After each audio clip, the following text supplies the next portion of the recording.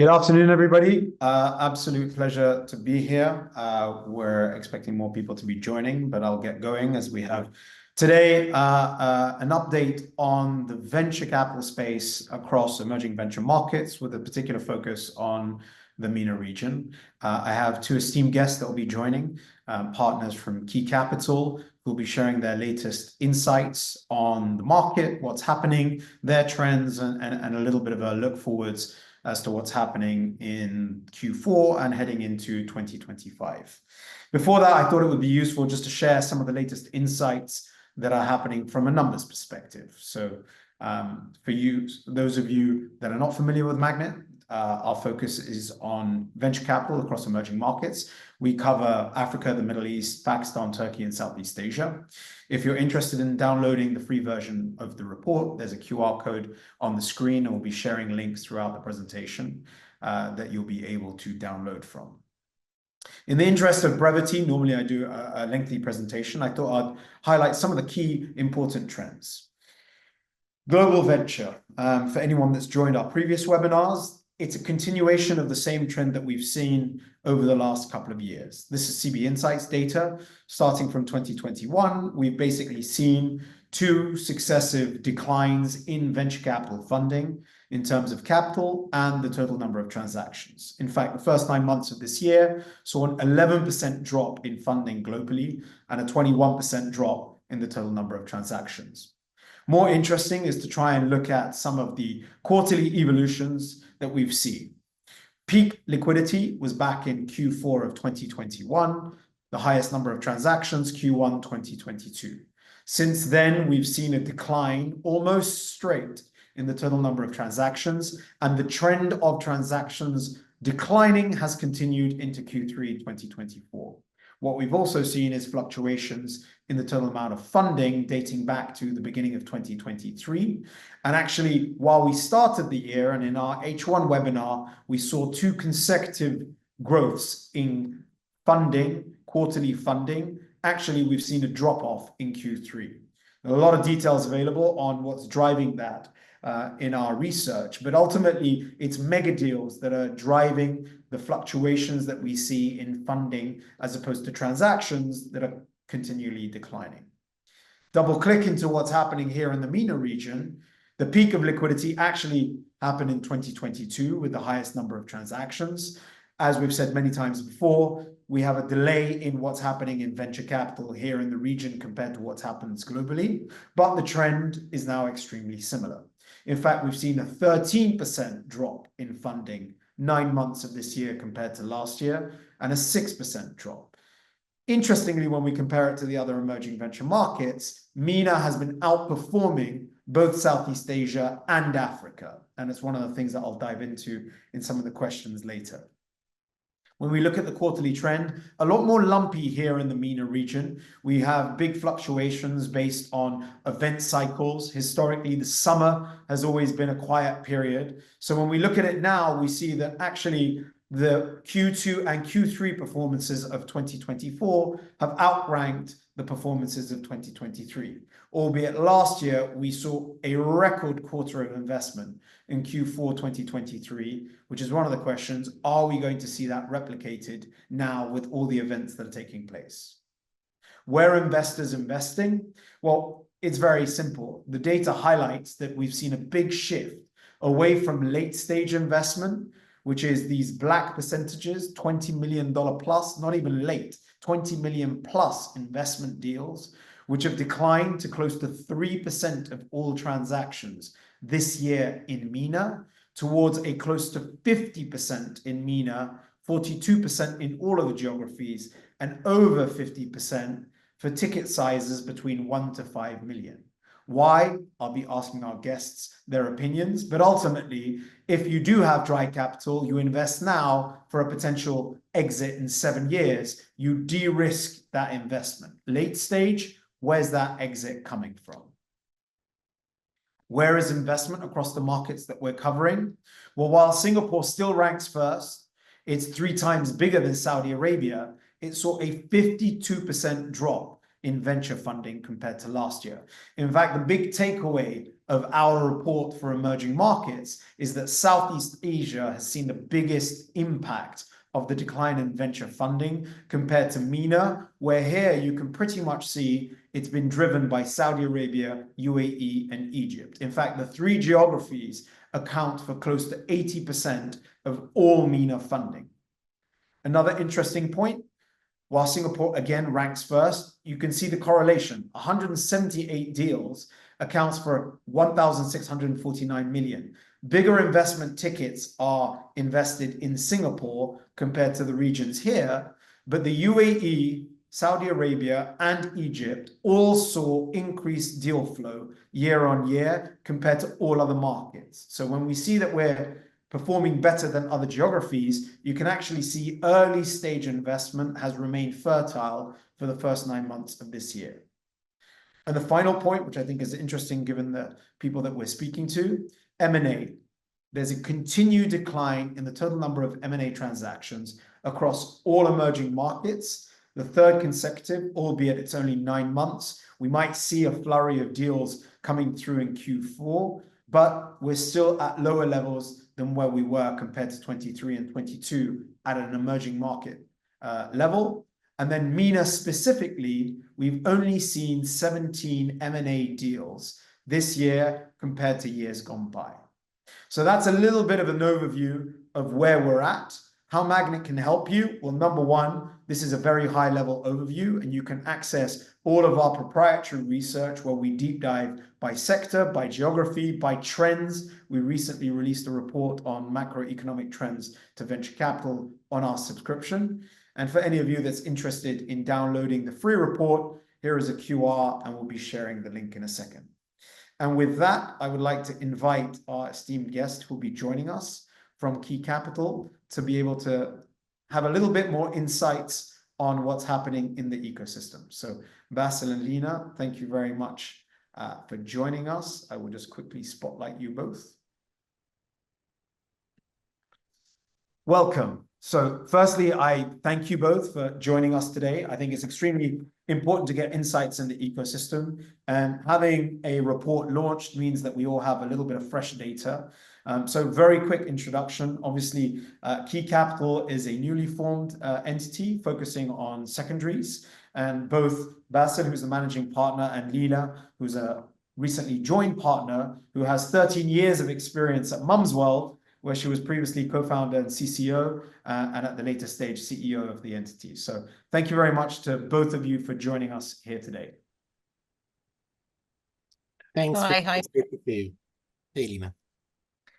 Great. So look, we're going to jump into it. I like, as I always say, provocative views. Any interesting views on the ecosystem, feel free to share them. I'll try and direct one question to each of you, but feel free to share your insights.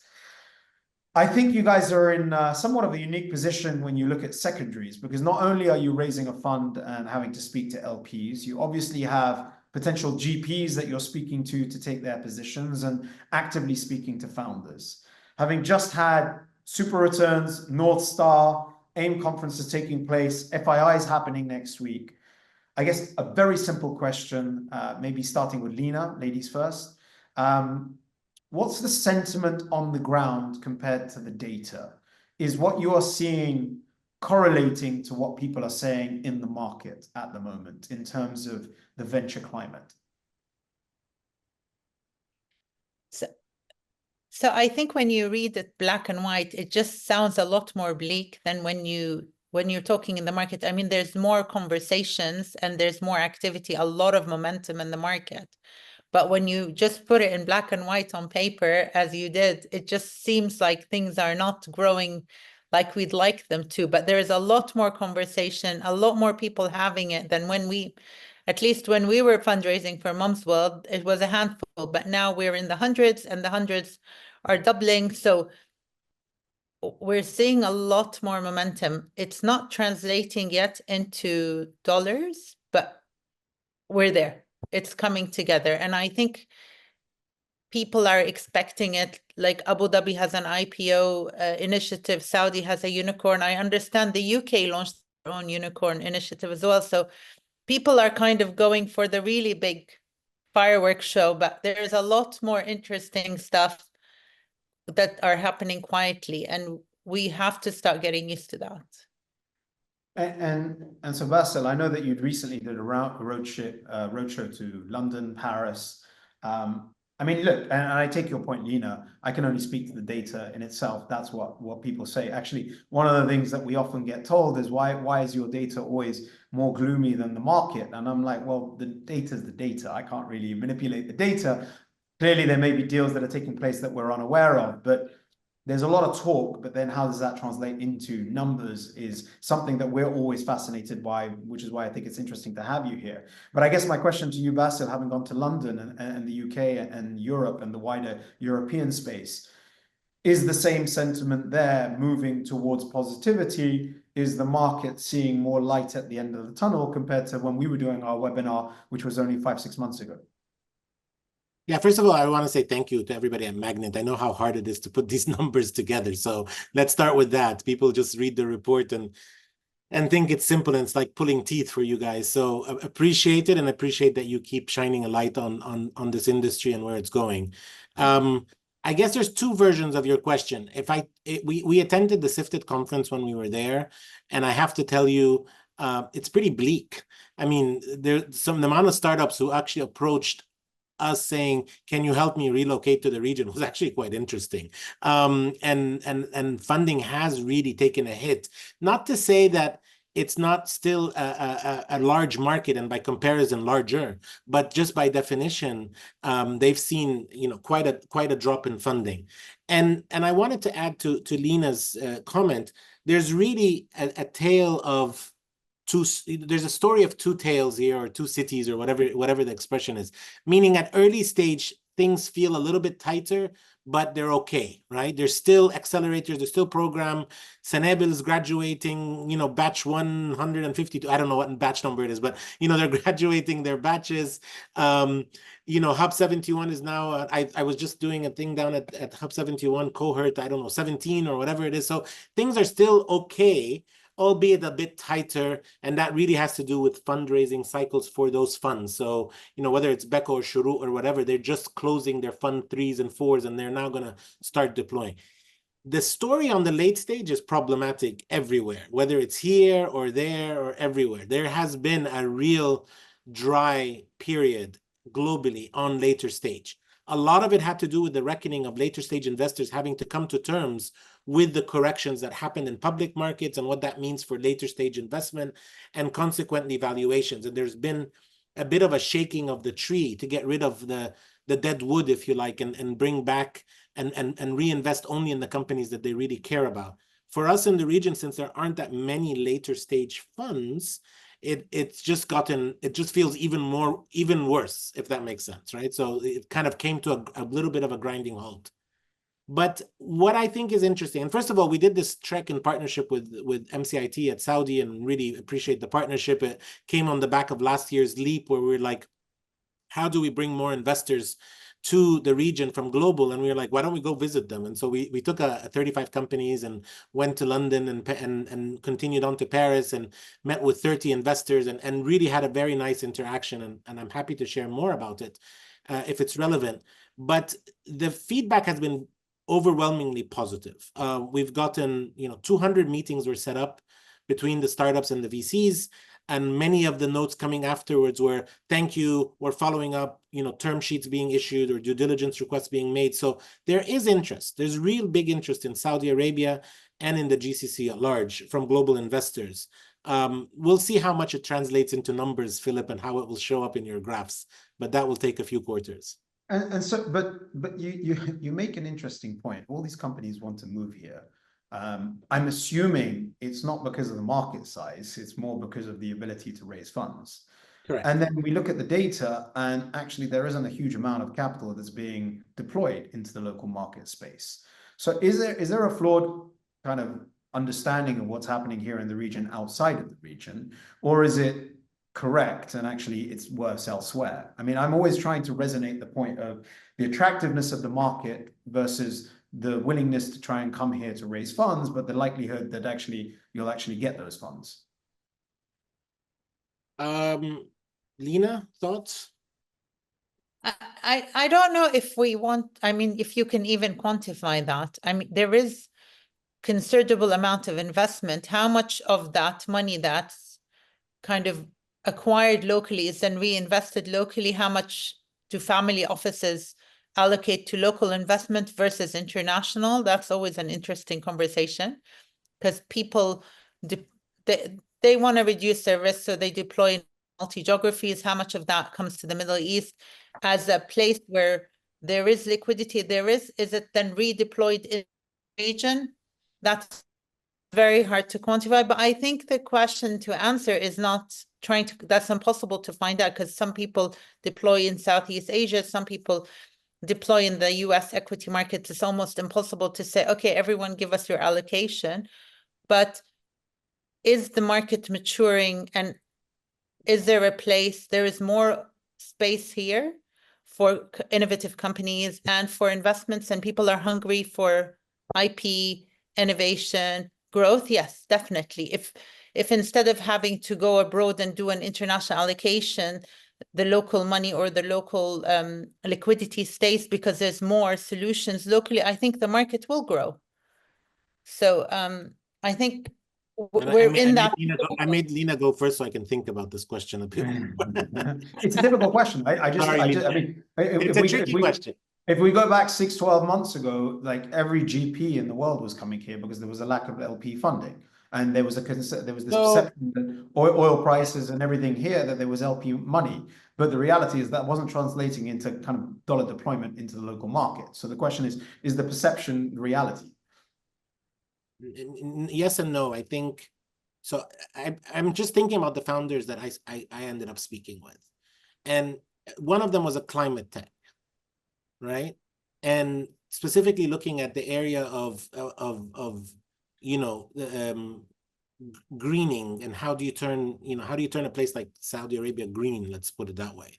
And they have certain technologies, IP based, coming out of universities in the UK, and they think there's I actually think that's interesting, right? And I do think you'll find funding. Now, how much, I don't know. And to Lena's point, what are the allocations? Who knows? But there's space, there's room. Very few people are doing that here. There's another entrepreneur who came to me and said, I'm thinking about moving to the region and doing a fintech. And I'm like, really? Are you kidding me? Like, what do which white space? It's like red ocean everywhere, right? Like in so many different areas. Maybe if you're doing something in, I don't know, banking technology or something, maybe. And even that I would doubt. But there's so much fintech already. Like where do you think you're going to find an opportunity that's not already covered and invested in? So I guess the answer in my mind is it depends on industry potentially. And then subsequently the programs that are being run by some of the accelerators and government bodies, and then subsequently where investor interest is trending towards, let's say. Now, fintech is still resilient, but I don't think it will be for very long. I think at the early stage, we'll start to see some shifts. So kind of shifting towards your specialities and your thoughts, but starting with a simple fact, we looked at 10 years worth of companies that received investment here in the region, and only 7.1% of them have seen exits. Wherever you go, and Lena, we were at a conversation, and I'm sure Basil's had many conversations, we're always talking about the exit conundrum here in the region. And Lena, given your experience of having exited a company, I mean, I've been recently saying, look, there's a lot of people who tell you how hard it is to start a company. There's a lot of people who can tell you how hard it is to build a company. There's actually not a lot of people who can tell you how to exit a company, because there haven't been many people who've done it. So despite the fact that we think valuations should be more favorable for potential acquisitions, based on your experience, why are we not seeing this M&A activity taking place? I mean, I have my views, but that's a question for you to start with. So I'm going to go back a very long time ago, a very, very long time ago. I interviewed for the M&A office of Google. And they were a 10-man team. I don't even want to think how big the M&A team is right now when I interviewed them. And if I think about today, how many of the large conglomerates in the region are developing M&A offices? We can see some developing CVC, like corporate venture capital, but I'm not seeing a lot of hiring with the view to be very acquisitive. So unless they have a team dedicated, it's very hard work. It's super. I mean, we were acquired by a large pharma. They're lovely. They're great. But do they have a dedicated team to really optimize that acquisition? And they're quite acquisitive in their own space. But it's hard work if that's not your full-time job and it's not your KPI. It's tough. And so how many of those organizations, instead of saying how many M&A deals did we close, or how many large conglomerates today have a dedicated team that's focused with a KPI on inbounding those deals? So that's one side, but you could have startups. I guess they need cash to be like larger funded companies. And then you mentioned IPOs. I have strong opinions on IPOs, and either you or Basil. I mean, there's a lot of conversation around IPOs. You mentioned Dubai, Abu Dhabi, Saudi. There is a need for liquidity, and we'll come on to secondaries in a second because that's a solution. But is the region ready for IPOs? And will we start seeing more of them in the next 6 to 12 months? In the report that we published for our clients, we talked about how the IPO window hasn't even opened in the US yet. We've seen some not successful listings, and the actual number of IPO listings are few and far between. So how does that correlate to what we're seeing here in the region? Yeah, go for it, Lena. No, I'm not. So you're gonna go. No, they're again, the correlations are weak, right? So this is all speculation at this point in terms of what happens next. But let's just start off with a few basics.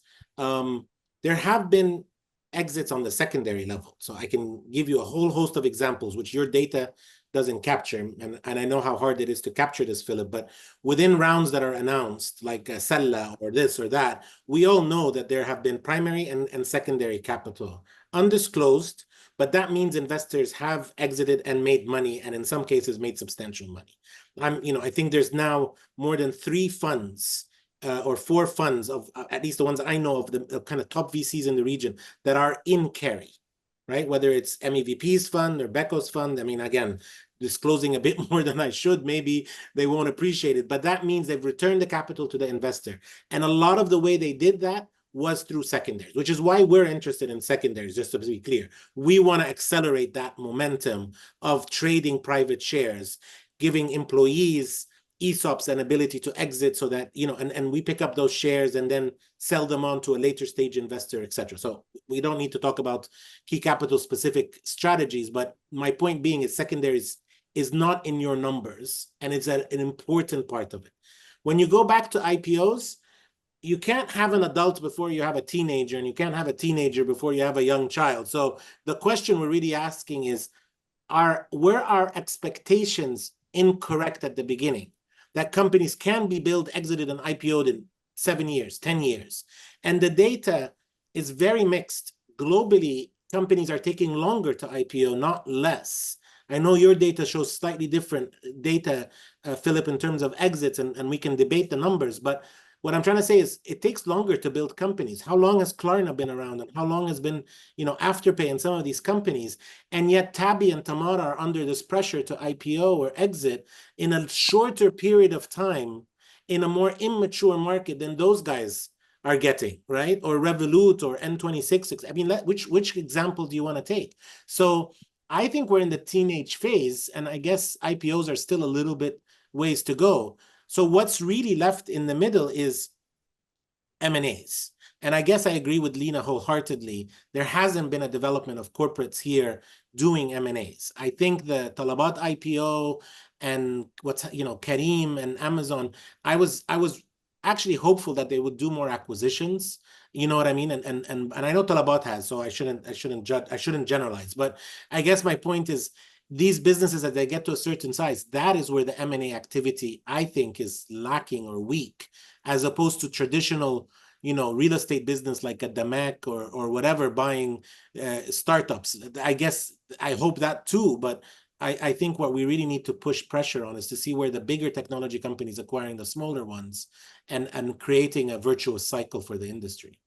Look, I mean, and again, I've said this in the last 5 webinars, we are in an economically challenged environment, lest we not forget. So exits don't naturally tend to happen where cost of capital is high, people are under pressure, people are having to kind of, especially late stage startups, where maybe 2-3 years ago, when we did see the peak of M&A activity, to your point, Basil, you would have seen in our reports that the average year to exit for M&A, not IPO, went down to about 3 to 4 years, because in 2021-22, people were buying companies to expand.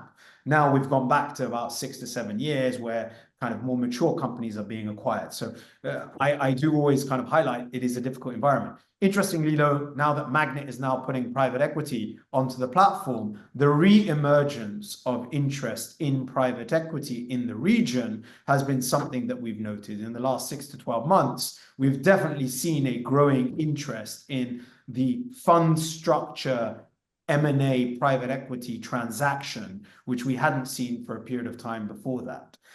So I think that's something interesting to note from that perspective. Coming on to secondaries, look, I was listening to a podcast yesterday while running with Abdullah Matawi and Lulu, and they were talking about a lot of things in the market. Again, talking a lot about distressed companies and things that were happening from that perspective. But in it, he specifically started speaking about secondaries and the value of secondaries. And he talked about this opportunity whereby he goes, it's almost a win-win. Early stage investors are able to get liquidity by exiting. It may not be your unicorn 100x, but if you can get a 15, 20, 10x on your investment, that's a win. If you're an investor who believes in the company and these companies are rebalancing their books and becoming a lot more efficient and are likely to see years of growth in the next 2 to 3 years, a secondary exit for an investor that can come in at a discount is extremely attractive. So yeah, what is the opportunity right now for secondaries, and why is the fund structure appealing in terms of the opportunity for liquidity and solving for that problem? Lena, maybe first, and then pass on to Basil. I think it's not an opportunity for liquidity. I think that's a very one-sided. It's an opportunity to extract value from the existing ecosystem, because today there's a lot of very good companies that have got to a place where there's a lot of movement in the angel space. There's a lot of movement pre-Series A, but then it kind of dries up. That doesn't mean that the companies that have gotten to that stage, there's not tremendous amount of value in them. They get to the stage where their cap tables are not helping them move forward. So deriving value 360 for that, for the exiting investor, for the founders, and for the board, the remaining board, whoever the remaining shareholders, I think it's a win-win all around. So it's not extracting liquidity for one party so they can run away with their funds. It's actually, let's make the situation better and get ready for the next stage of growth. And this is where, you're talking about, oh, is there an IPO? But I think the global number for IPOs is in the single digits. It's always been in the single digits. So out of 100 companies, less than 5% go public, even in good days.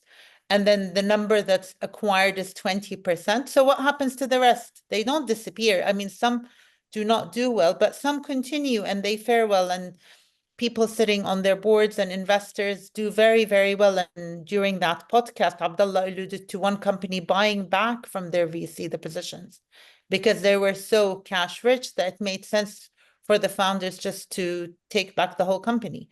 So reorganizing your cap table for this new phase of growth is needed, and there needs to be products that help you do that, and you need more products. So you need the IPO product, the M&A product, then you need the secondary product. I think there's a debt fund that was just organized. So you need all these products. We can be mimicking global trends, but we have a lot of work to do in the region to reorganize, to get ready and become more mature as a market. Basil, anything specific to add on that? No, I think it is about the diversity of products. I think Lena is absolutely right. And we're excited about this product, but there are others that are necessary. Which investment banker out there is dedicated to the technology industry in the region? And the answer is zero, none. And with all due respect, and they're all friends, they're generalists trying to operate in a specific industry, and they lack the nuances to be able to pitch one company to another, to a management team, etc. So put it differently, reason why Kareem and Talabat and Amazon or Souq or etc. are not doing more M&As because they haven't seen the right deals in front of them to buy, as much as they have their corporate governance to work against. And I guess my point to you is you need people who know that. In a place like the UK, when I was running the global business for Thomson Reuters, there used to be an investment bank in London that came and saw me every other month. They were specialized in information technology, not technology, information technology. They literally were that specific, right? Because the market was big enough that they could create enough business and come and pitch the right ideas. When it comes to IPOs, there's lots of different points around what's holding it back. The interesting discussions we've been having recently, and Lena's in much better position to talk about this than I am because of her experience as a founder, is how founders are now having to deal with their cap tables and rotating the cap table. Meaning early investors who want to either partially exit or fully exit for various reasons. Liquidity, they want to take some money off the table because they've made 10 times or 20 times on paper, so they're willing to kind of sell a partial position, whether it's founders' own shares, where they've kind of been on the journey taking a relatively modest salary, and at some point, they need to they have kids and they need to put them in school or buy a house, or or God forbid they get married and have to pay for all these additional expenses. I mean, joking aside, but my point being that life comes at you, and over a 5 or 10 year journey, you need to kind of start dealing with it. And we've been having some very interesting discussions with founders about personal liquidity and or liquidity for their angel investors. And I think we will start to see significant rotations in cap table, meaning one investor exiting or partially exiting for another investor to come in and take on that position. And again, our fund will do that, but others will in different formats. One of the things that came out of the report, at least for the MENA region, is we've seen a 34% increase in the number of institutions investing here in the region compared to the same time last year. In fact, after 9 months, we've pretty much seen the same number of entities. So that can be accelerators, accelerators, VCs, CVCs, etc. And we're now seeing a healthy 45 to 50% contribution from international players.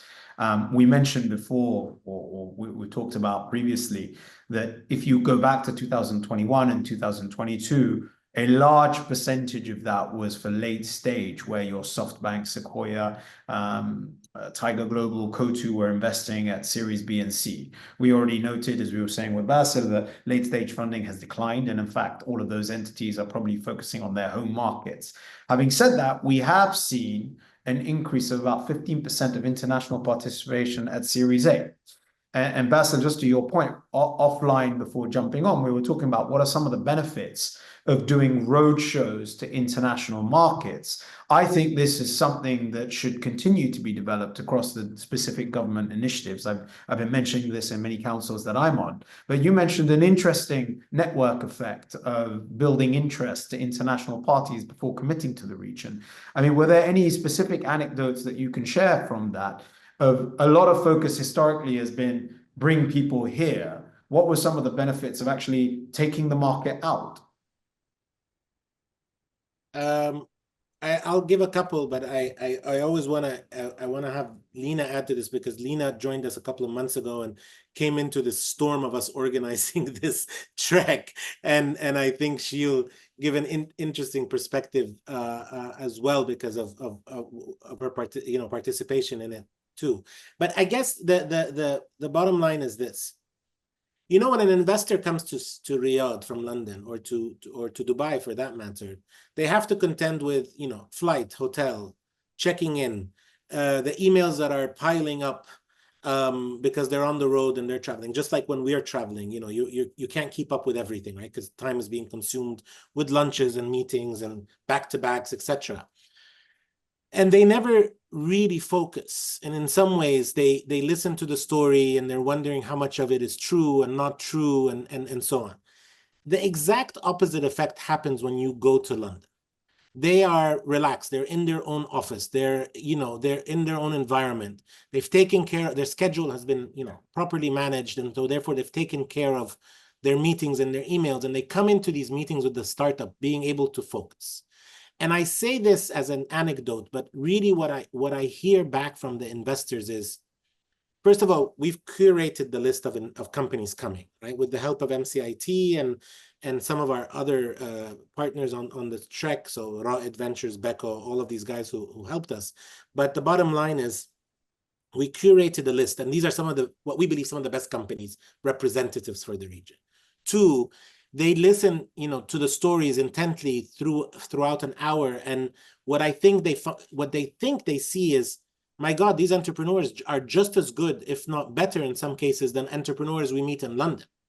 And in that context, the playing field is leveled.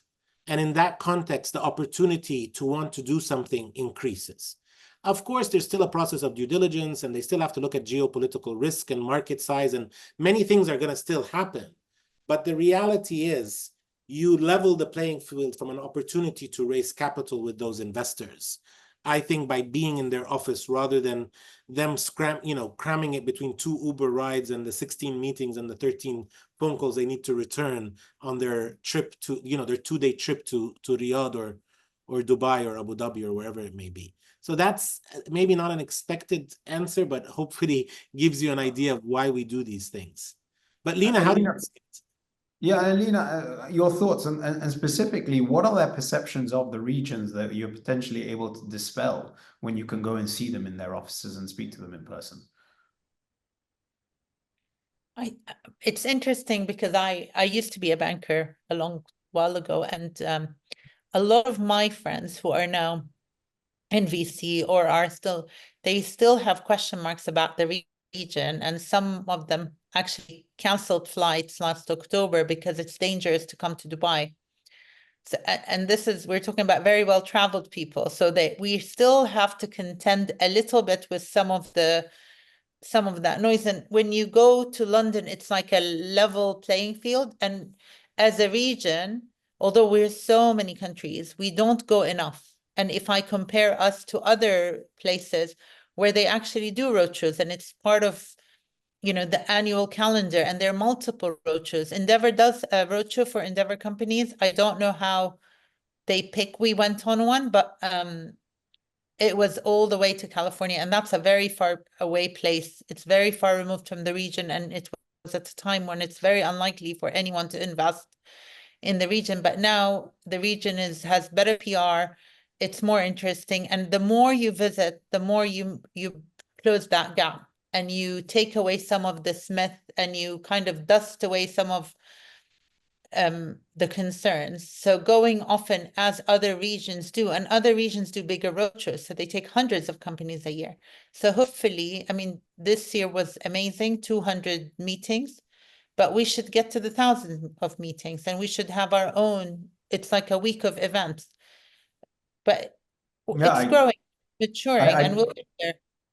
I completely agree with you. This is something, in my own capacity, whenever I'm advising, is something, it wasn't me, to be fair. I piggybacked off a co-founder of the biggest company that's exited here. And we were sitting in a council meeting, and it was asked, what more can we do to try and support? And his response was, there are other geographies that literally do roadshows to other countries. How are we meant to know how to scale, and how can we go and build relationships in geographies that we're completely unaware of and you can support us in doing that. And I always say, if you get one investment, one M&A, one deal that's done as a result of that, that's a win that outweighs the cost of any of the logistical that needs to be done, and that will have ripple effects, because success breeds success from that perspective. Just conscious of time, and I want to open up to questions. I know you want to take it, but I want to say one thing. The same rules though apply, and just for founders on the call, the same rules apply. Getting a referral is better than a cold call. Okay, making sure that you're properly introduced, having your materials in good shape, having a pithy story, being able to answer hard questions. There's all sorts of there's all sorts of things, right? Not overselling the realities, because investors have access to a lot of information from different sources, so they will be able to background check everything that's said. I'm mentioning all of this because, you know, I think the last thing we want to do is have everybody get on LinkedIn and start sending 1,000 messages left, right, and center. That's not going to lead to the right thing, right? I think the right way is to get a referral, maybe from a founder who's already raised money from them, or from another investor, or whatever the case may, on your cap table, and use that, but do spend the time and effort, I think that Lena mentioned, and I think we're all saying, to take away some of the stereotypes and focus on the realities of what's there to offer here. Thank you.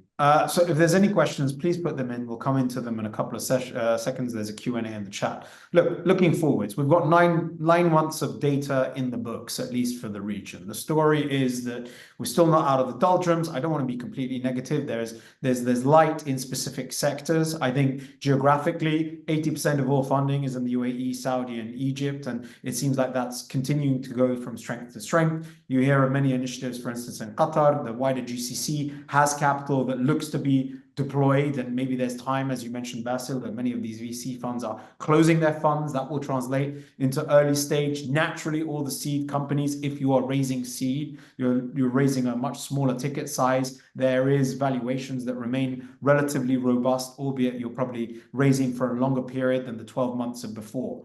But heading into event season as we are now, into Q1, where, lest we not forget, Ramadan and Eid is going to come earlier this year than next year than it has in previous years, with summer being a continually quiet period.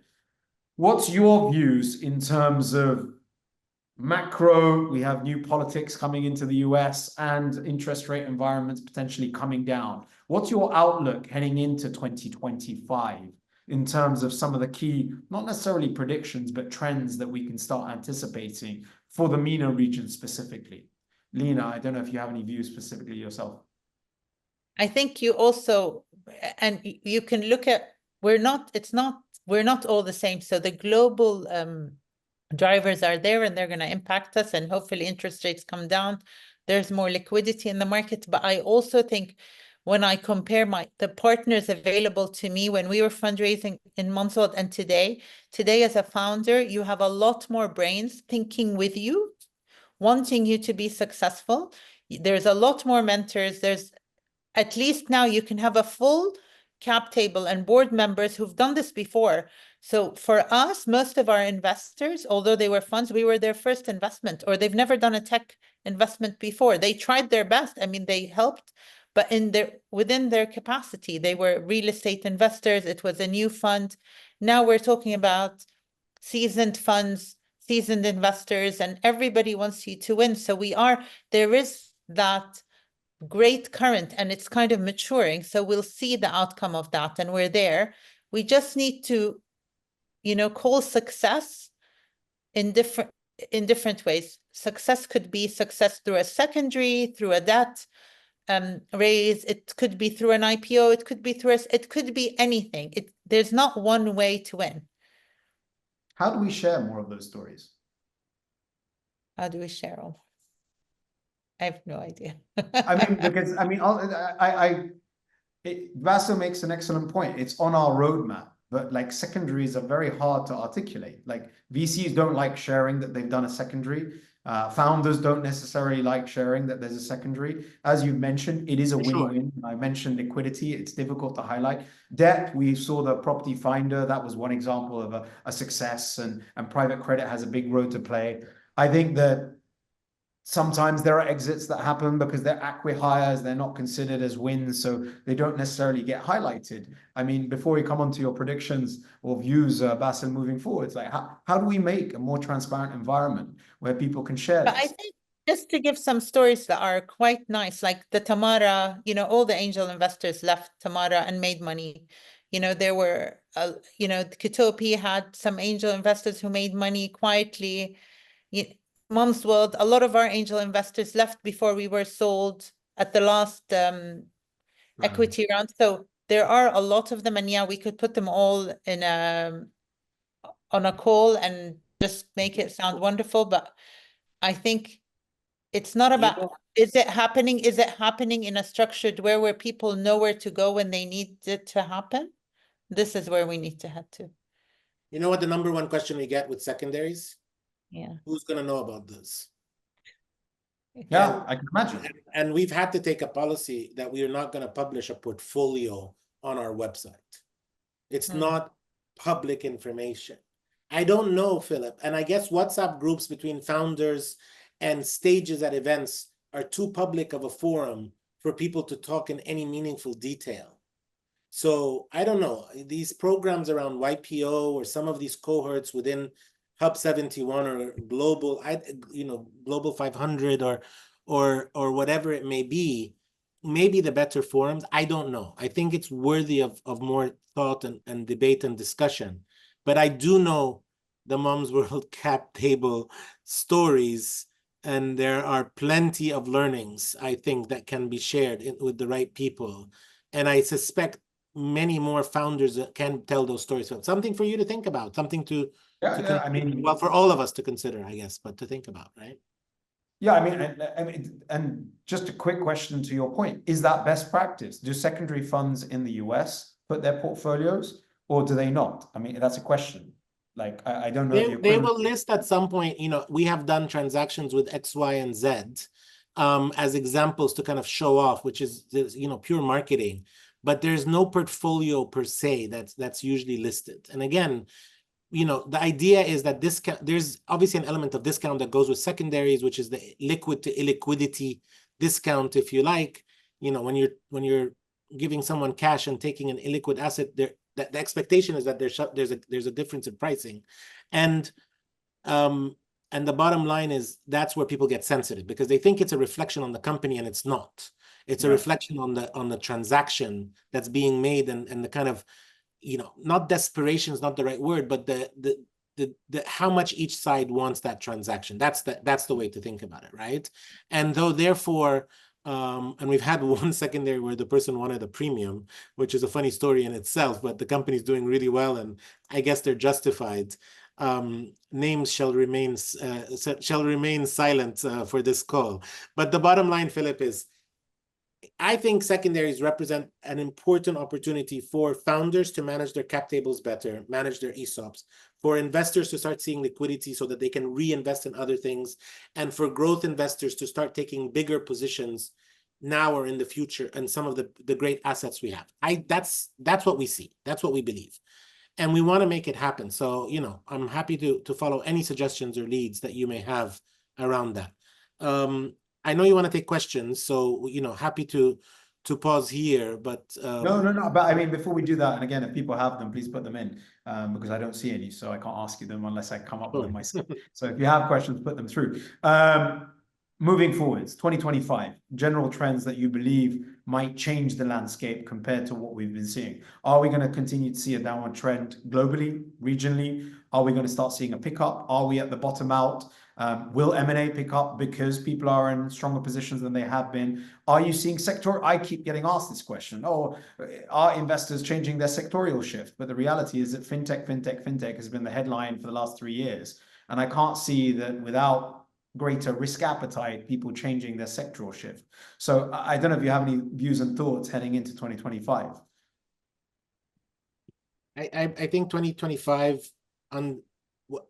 there's no doubt that the US political thing may play into it on 2 levels for us. One, on the level of economics, which is interest rates and government and kind of what happens with interest rates and inflation, etc. And on a second level, which is related to obviously the ongoing geopolitical unrest that's directly linked to US's involvement on that matter. Without diverting, so anything we say is highly caveated with that election coming up in 2 weeks and what it may or may not entail, and who knows, right? My only wish is that it gives some more clarity and certainty for the region after November 5th about what's next and brings back stability. That being said, to answer your question, I think the region is going to have a really good 2025 in VC. That's my suspicion. I gave the reasons earlier on the early stage in particular, right? I think everybody's kind of reloaded the gun, if you know what I mean, and kind of have a new fund and new capital. And I think they're all getting geared up. And knowing how long it takes to, from closing a fund to getting to the first transaction, I would expect that by the beginning of next year, we'll start to hear, announcements left, right, and center on the early stage. Late stage, I think we all have work to do. That's, attracting the investors, getting them comfortable, showing them the best assets, kind of working through the issues of late stage investing, valuations, cap tables, restructurings, all of that become ever more complicated, and there's just simply not enough players in the region. Basil, a question's come through, and I'm going to ask you first. Egypt. I mean, there were years gone by where it was considered one of the most active and growing ecosystems. This year, we've seen an investment in Halan. It's still fertile for early stage. What's happening right now in the Egyptian ecosystem, and what do we see as the prospects heading into 2025 for Egypt? The Egypt always follows me no matter where I go, I have to tell you. So I'm always happy to take questions on Egypt, but I think, just to be clear, I think the market across the region, each country has its own opportunities and its own challenges. In Egypt, at least there's a kind of the sentiment of the worst is behind us in this devaluation that occurred, that was long overdue due to macroeconomic pressures from COVID, Ukraine, and government spending. And a lot of things have been put in place to correction, including subsidies, etc. I don't need to kind of regurgitate an economist note paper here, but you can look up any economist note paper and kind of figure out where Egypt is headed. I think, however, the skepticism remains still around whether Egypt will recover or whether it will face even more headwinds. And I think the part that people didn't see coming was kind of what's happening in the Red Sea and / the Suez Canal and the impact on dollar. And here we go again, if there's not enough dollars in a country that needs dollars, what happens, et cetera, et cetera. A rescue package has been put in place, and I think that lasts us another 2 years. But people are trying to ask what happens next after that. And there's definitely some worries and some concerns. You can't invest in VC not knowing what was going to happen, not having a view on what's happening in 5 to 10 years from now. And that picture remains, unfortunately, bleak at this stage. Lena, entities like Qatar, the wider GCC, a lot of focus is on what's happening in Saudi Arabia and the UAE. Qatar have their big sovereign fund of fund. Oman continues to try and focus on venture as an asset class. What role do the other GCC geographies have in developing the wider venture capital ecosystem here in the region? And I guess tied to that is, are we seeing a relaxation of mandates from sovereigns that you need to connect investment to localization of the product, i.e. forcing people to move to your geography? Or is there a wider spirit of, like, if the region rises, we all win? Yeah, I don't think we're there in terms of if the region rises, we all win, because everybody's still they need local hyper growth. I mean, Qatar is super focused on tourism. I think everyone is seeing Qatar in some form of PR or marketing across Europe. I think Qatar has become the new Dubai kind of word. Everyone, somehow, all the kids are between 16 and 20 know Qatar because it's with every TikTok influencer. So I think we're not there. We're not there where we're feeling confident enough locally to then say, okay, we're relaxed enough to defocus. So you either, if you want to diversify, you go global, or you help your local economy. And Oman is coming out of some, they had a really hard economic period, and they're just coming out of it. So they're not even in the mood to connect with the neighbors, and they have a huge young population, so it's a problem. So no, I don't think we're there with the other geographies yet, but when you have momentum anywhere, it will follow. If Saudi succeeds and Dubai succeeds or the UAE succeeds, then it will naturally come. We don't have to force it. We just have to do well in the 2 leading places. You do well. If Egypt does well, everyone's going to go there. We just need to do well, prove that this is a viable economy, and this is a place where you can make money locally, and this is a place where you can grow a company and succeed and go to other markets and stop. You're in the UAE, you look at Saudi, you're in Saudi, you look at the UAE, you're not looking global. You need to start proving that we could go global and we become a global player. Then everybody will stand in line and want a piece of that action. So I don't think we need to force it as much as we just need to succeed. and there's enough momentum. I am very positive on the momentum. More players are in the market. There's more partners. It's going to come. Fair enough. On the secondaries, technical question for secondaries, which stage of funding are you seeing the majority of momentum? Is it Series A, B, C? No, So I think it's I super have to, varied. yeah, it's varied, and I'm just thinking I have to be careful on a kind of a public forum talking too much about the fund. So we do secondaries, and happy to talk offline with specific people about specific opportunities, but we're seeing everything. Our strategy is relatively focused. We have a target list of companies, and that just has to do with the fact that we're first to market, and we feel like we can, speak to specific companies that we're excited about in general, Philip. That's the kind of strategy we've taken. That being said, we are opportunistically looking at things as they come through. I think our job right now includes two things. One is executing this fund, but also helping to grow awareness of this category, if you like, right? And I say that in that I think we're all taking meetings and doing some of these public discussions to say to people, stop thinking about IPO as the only solution. Think about rotating your cap table. Think about liquidity solutions. And to the extent that there are specific situations, I've had people share their cap tables, and we kind of do a therapy session on a couch somewhere where we go through it and say, how do we fix this mess? And so, and it doesn't always have to be through secondaries. It can be through other means, and there's other ideas as well about how to do that. So the answer is we're looking across a broad range. We reflect the market underneath it to the specific question, but more generally, I think there's still a growth of an awareness and education that we need to do around this category. Last question before I close it up, and I'm going to ask it from my side. Given the success of what you did in London and Paris, if you were to try and replicate that for 3 other geographies to the benefit of the wider MENA region, where would that be? Where would you think targeted would be the next 3 locations to go on to do a road show? To visit, you mean? Correct. I think we do it to a place where secondaries are, the norm, and there's $4 billion fund that just closed in secondaries, and people are very familiar with it.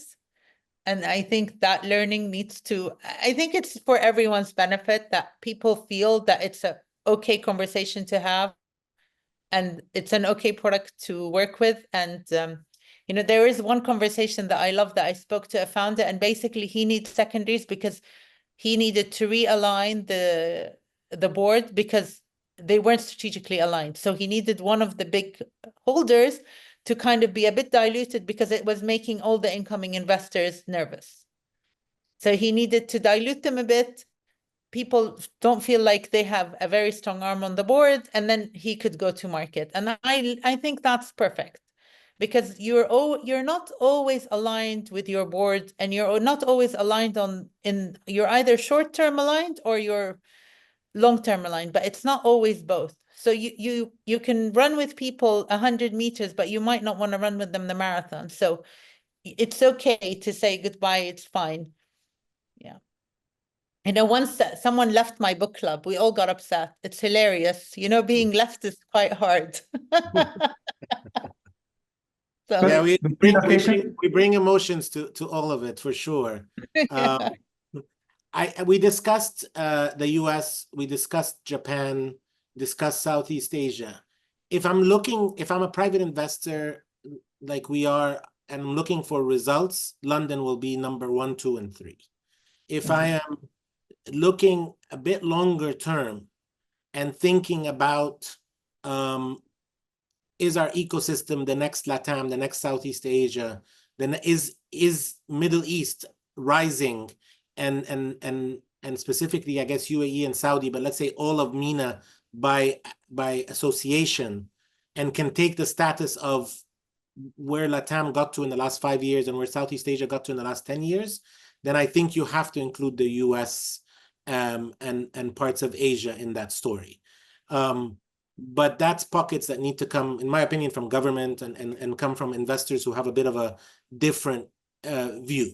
So, you know, this roadshow was partly US, MCIT had organized part to the US and then part to London, and we participated and supported and worked with them on the London part, specifically because I think London is where we will see results. They will hit your numbers next year. Some of these Look deals forward to seeing them in the numbers. Yes, and I can you know, maybe in January on a predictions I can give you a more specific number, but I think it will be to the tune of a few $100 million, you know, maybe $1 billion or whatever dollars of outside capital coming through your numbers next year. I look forward to it. Thank you very much to both of you. I really appreciate it. I wish you all the best of luck with Key Capital. I think that having these type of conversations are extremely important. I said it at a recent government event that I was invited to. We need to become more comfortable. We need to become comfortable being uncomfortable around conversations and transparency. Otherwise, we don't learn. So I take your challenge. I continue to push people to share these anecdotes. And that's why I kind of speak to Abdullah's web podcast, because he actually brought a few examples, albeit without any names. But I thank you both for your time. I thank you both for your efforts. And I look forward to catching up soon to see those numbers translate into the funding next year. All the best. Thank you very much to everyone who's joined. Thanks, Philip. Thank you. Take care.